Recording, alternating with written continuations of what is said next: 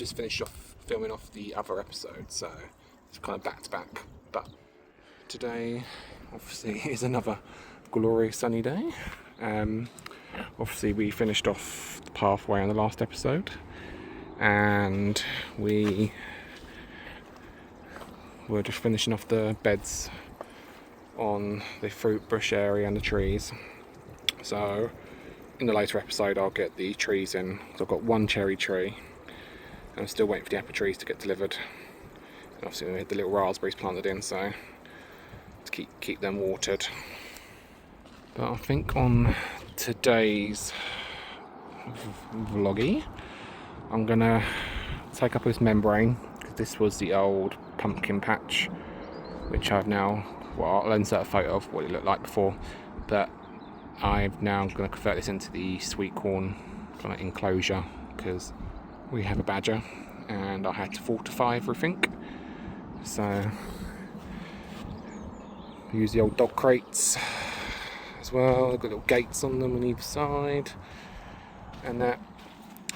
But yeah, I'm going to peel back this cover and I will get the Rotavator out and give it a good going over, because so it's the 7th of April and obviously the sweet corns are growing in the polytunnel at the moment, so they're well underway, and that, so obviously probably in a month's time they will be going out. So I'll stick you on a time lapse of me sorting out this bed.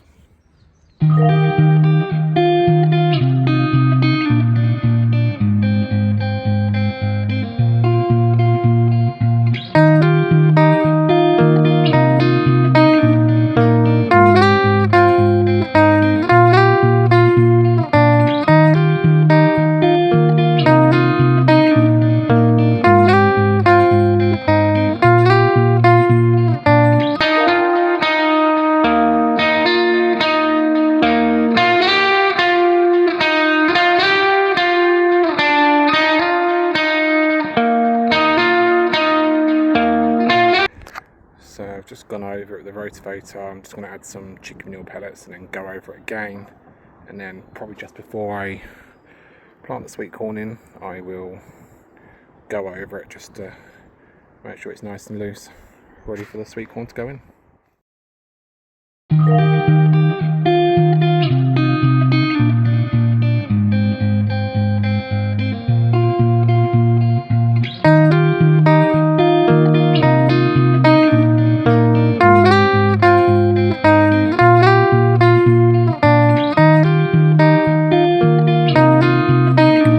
Weather's really nice, I might as well dig over on this one as well, but this one's going to be a little bit harder because where this was worked on last year, this one wasn't as such, so might take a little bit of digging by fork and then I'll go over it with a Rotavator. So the only problem with this, obviously this ground that I didn't dig over last year, it's all the bindweed, some of these roots. Just one little piece grows into a new shoot, so just starting to come up on this where the cover's been on them.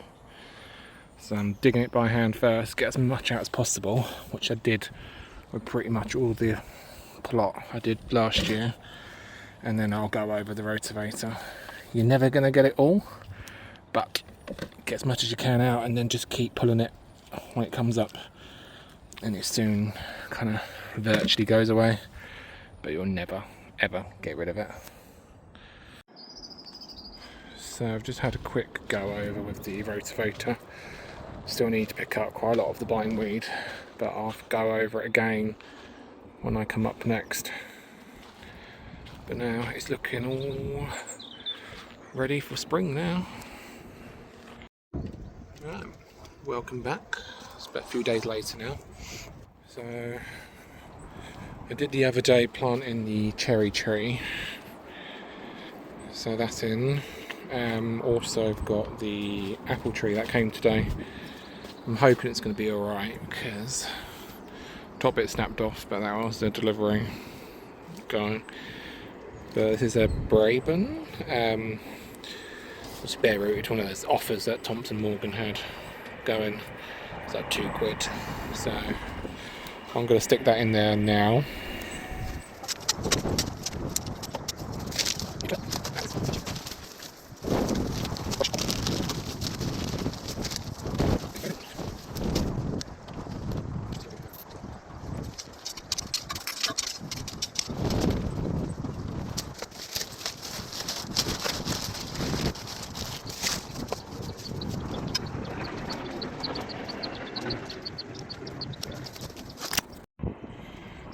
So that one's in. I'll give them a good water because they both need it. Also just noticed the potatoes have got hit by the frost.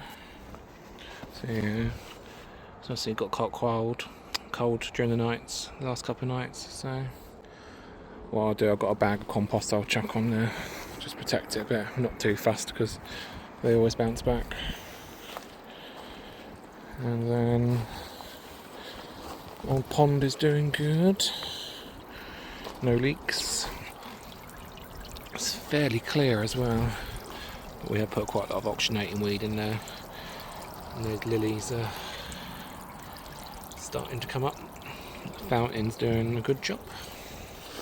But yeah, I'm going to stick this bag of compost on, and then we'll take a look at the polytunnels and the greenhouses. Tomatoes are not doing too bad. I'll give them some water. Obviously it has been getting quite cold. Minus 2.5. So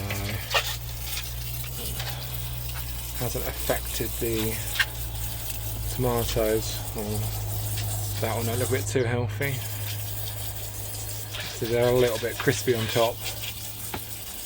But the weather is saying it shouldn't drop below about 5 at night now, so I'm hoping they are the last of the cold nights. Oh. Getting windy out there.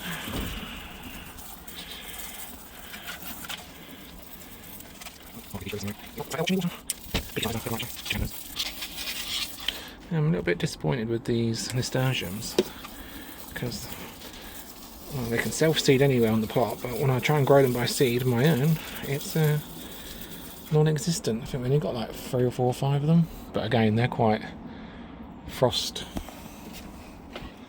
delicate. So, but I've got more seeds at home, so I'll probably just end up sowing them in about mid-May, to be honest. The onions are doing alright. We'll get those out soon. Right, I'll finish off here and then we'll head down to the polytunnel. So just down at the other polytunnel, well, the only polytunnel, the other one's greenhouse.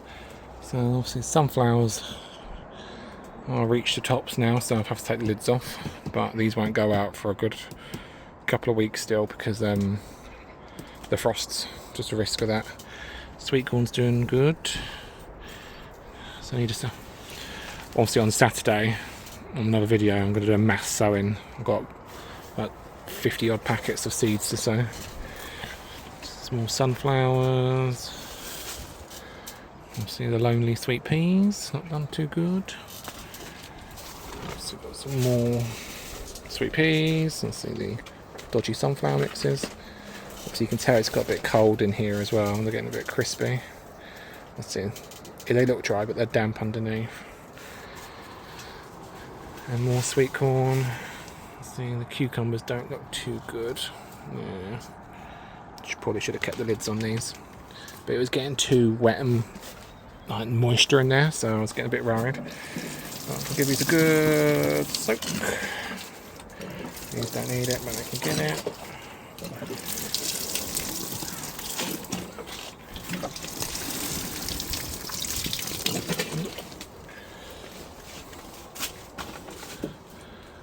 They're alright, they don't need anything. There, okay. So, also, the old apples are coming out in the blossom as well. See, still need to seriously weed this area. I need to take out these dead nettles and Also, I think there's still a row of potatoes from last year in here as well, so this bed needs good going over. These beds have been covered all winter, so it's not going to take much. Just put a good rotovate and then we can start thinking about crops we're going to get in here as well. So you've got the sweet pea teepees and the strawberries are doing alright. You can tell that we haven't had much rain because these giant cracks are appearing. But not to ride, because these are just all the wildflower seeds. But once we get the pumpkins and squashes in here, I need to get on top of the watering. Also, I think, obviously the rhubarb's getting nice and thick as well. I have to snap off the flower stalk. But I might leave this for a year just to get going and then start harvesting some more next year. But I'll see, I could harvest some still this year. Also, a carrot update. We have signs of life, so I'll let them grow some more, then I'll start to thin them out, because obviously there's some in clusters. But now we've got 1, 2, 3, 4 lines there. So spring onions have just started to come up as well, so maybe they just needed that bit of warmth that to come up. But what I do, I cover them over just to protect them at the moment, because the frost's on it, a bit delicate. I've also just earthed up the potatoes more, so they're more protected now. I was going to water them, but the ground's still quite moist underneath, just as that top layer of compost dries out quite quickly. All that manure that we put under there is holding the moisture good. Obviously I still need to sort out these troughs. Sweet peas are starting to set off as well now, so that's good. So I just need to pop the ones from the polytunnel in these ones on that, so, and then I will have to sow some more as well. And I did have a little play around at the back here just to try and start sorting out what to keep, what not to keep. Just covered the rubbish up. The pond from another view. And see, the bloody bindweed is starting to come back. So to keep on top of that as well. Not too fussed if it's in the potatoes or anything. It's just more the other plants it will strangle. But yeah, you can see it's all coming up. So like I said in the other clip, that when I was digging out the bigger beds, you'll never get rid of bindweed because it's so hard to get rid of. But you can just see it's all coming up along the edges. But yeah, I've still got to dig out the side of these edges, so I've just rotavated that part. But this stuff, I have no clue. It can't be chalk, because it was just weird. It looked like it was a bag of plaster or something. So I'm going to have to try and get most of that out. Yeah, I think it's not chalk. It's literally, it does crumble. So these bigger chunks I'll have to rake out properly. I've started to do that there, and then I'll add some more organic compost to this as well. Old chives are just starting to come out into flower, because these are quite nice once they're all bushed out. And the purple flowers are the bees. Obviously the not artichokes, asparagus. No signs of that. Oh, there is. We've got signs. You can see one little spear coming up there, so that's a good sign. At least we've got some signs of life. Yeah, I'm still unsure what to do with these beds. Obviously there's going to be extra probably squashes and kind of cucumbers and that, but I've got to build more climbing stuff. I've also just ordered a load more seeds as well, like I don't need any more. Some like cucumelons, so just like basically a little mini cucumber, which they're quite diddy, so they can probably sprawl across that fence actually. So I can use that as additional growing space. Obviously the beds, it looks quite dry, but underneath it is quite damp still. But I'll give this a good going over before the sweet corn goes out, probably about May time, to be honest. I think I planted it out about middle of May, so I'll do the same. Just obviously watch out for the weather forecasts. But yep, so it's kind of sorted. Still got a wood chip. This, which there isn't a decent supply of wood chip at the moment, so I'll have to wait for the tree guys to come along and dump some and try and get first dibs. Hopefully the apple tree will kick into life. It's green. I'm just hoping that it's not been too badly damaged and just left to dry out. Obviously I've given them good old water. Obviously this cherry tree, obviously got from B&Q. It's ideal for desserts, I believe. So hopefully the birds don't eat all that.